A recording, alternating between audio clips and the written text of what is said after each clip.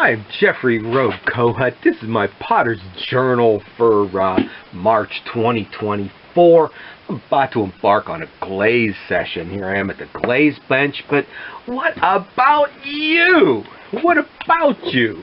Are you buying your glazes like this, or paying only 1/5 of the price and buying them in the powdered form like this? You do know you're buying water. How are you doing it? Okay, let's see what's going on in the studio today. So 16 ounces, about $25 more or less. And here, dry, it'll make that much, about $5 more or less, depending on the glaze. Now, I usually buy 5-pound sample bags, and I call this a little sample bucket, but this might be just right for the home hobby version. And when I find one I really like, it goes into a 5-gallon bucket. I do have really only about 3 glazes that I use the most and in combination, and then quite a few of them I've mixed up recipes that I've found somewhere over the years, and even have a few of my own glazes. So I've got a couple glazes. I do not do how-to videos. They might tell you, you will need a whisk. And as you can see, I've worn mine out. Or maybe you need a household blender, or for bigger amounts, maybe you need a drill. But you know, if you need to be told that, maybe you shouldn't be doing this. And you don't even need that. You can do it with your hand. What you do need is an 80 mesh sieve. Now the problem is I've got a 30 mesh. It's not good enough, but I'll put it through once within and that, and then I've got one, I don't know what it is. It must be 120 mesh. It takes forever to put the stuff through, but that's all I've got. And then some buckets of various sizes. If you can't figure out what size you need for the amount of glaze you're mixing, I don't know what to say. And that it's Potter's lifestyle thing. It's one of the first warm spring days, so I can move it outside. This is one of the times when it really can be a mess, even if you know how to handle the stuff. Also because of the dust. Well, at least some of that will go off in the air. Now, is this true? I've been told the people that do the stuff in the jars, you can get it dry and powdered, but generally only in 50-pound or 25-pound sacks. I get standard ceramic glazes. You can get them in 1 to 5-pound, 10 or 50. And I get it because they're close to me. I can drive to standard Pittsburgh. But also, if you're getting it shipped to you through the mail, you don't have to pay for the shipping on the water, in addition to paying for the water. In their catalog, they told me how much water to put in this bucket. I don't remember now if it was 16 ounces per pound. So the water is in there. I put the water on the bottom, and now we're letting the powder bubble down in. And if I remember right, it worked better this way than putting the powder on the bottom and then dumping the water, because sometimes the water didn't settle into the final corners. And you want to have lids for your buckets, otherwise it'll dry up.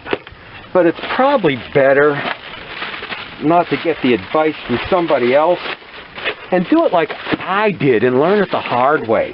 Now, even if you are still doing it this way, if it dries up, you can reconstitute it. First, though, you need to grind it.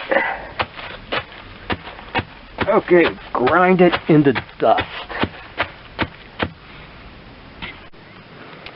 And this time, I'm kind of guessing on how much water to have in the bucket. But both times, I did hold back on about 16 ounces to add later. I'll show you what we do with this down the road. And here's the real reason I'm doing this video. Okay, not to show you how to do this. You might not like this. I spent the entire day yesterday mixing up all these little test batches. I reconstituted so many of my old standards here. I've got 10 commercial glazes here to do. I've got 6 of my own.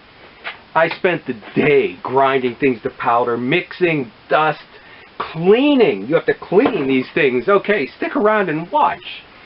I thought, okay, and all you want to see is what's in the kiln today, the kiln openings. Well, okay, you need to watch today too. You need to at least watch me do just 2 batches of glaze. I don't know, maybe you like paying 5 times the price. Okay, I don't have to put my hand in here today. I've got the whisk. Before we sieve it, let's see how this thing works.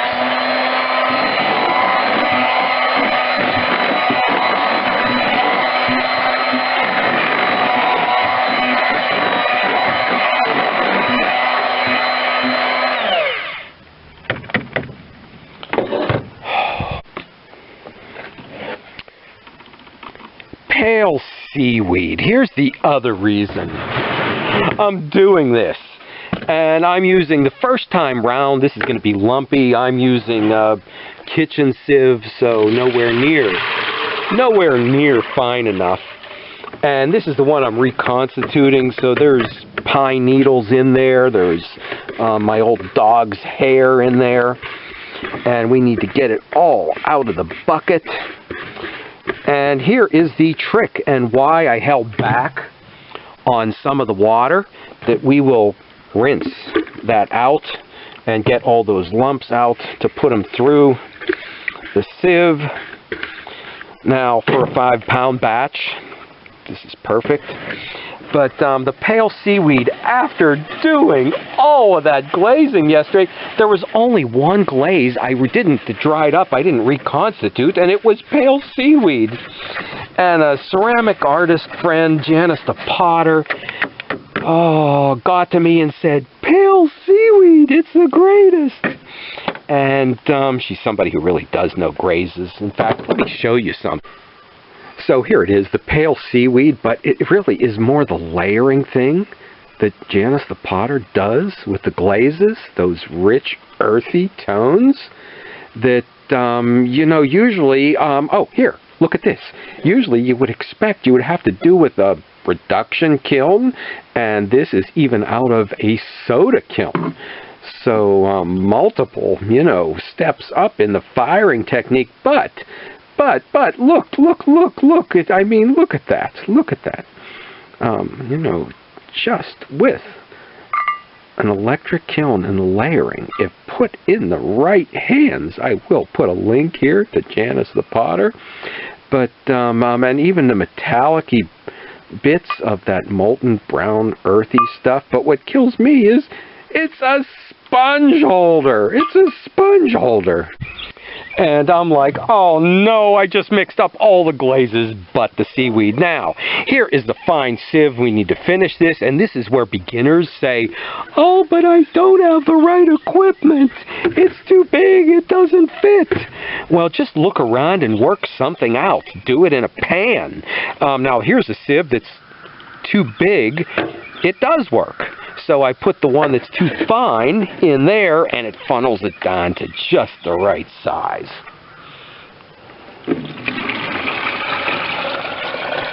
And this too is where, okay, everybody thinks they can make this job easier. Well, it just takes time. And I've done it with a hand, and I've done it with a glove hand, but an old paintbrush. An old paintbrush. This would also be a lot faster if I had an 80 mesh sieve, but okay, exaggerated story. This must be about 125. It's so fine. So yeah, you should have been here yesterday when I did all of those glazes. Certainly. Just go through 3 with me. So yeah. I'm, again, just happy with the 3 glazes, but this will be fun. This will be an adventure to try some new stuff out. That falling into a lot of production work, things that I've done the same. Last year was such a big year for me in the pottery. Okay, now here's where we saved. I held back on some of the water This is what a lot of people would wash down the drain. So we put the water in there and clean this out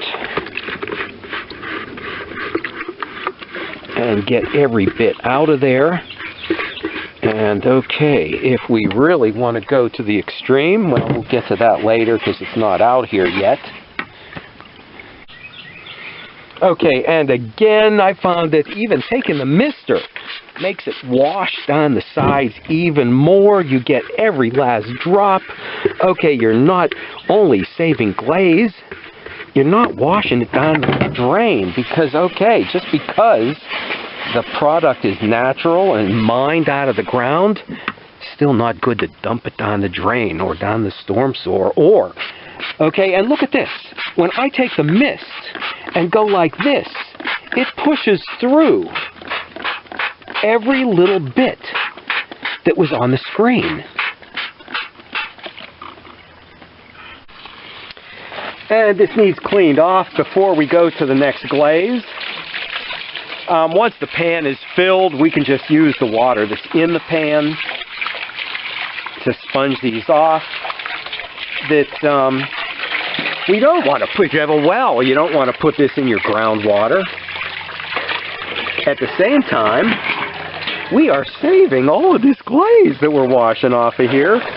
The last little bits, I mix them all in a bucket together. And I call it a waster glaze. So do stop back for the kiln openings. And that's one of the glazes we will see, the waster glaze.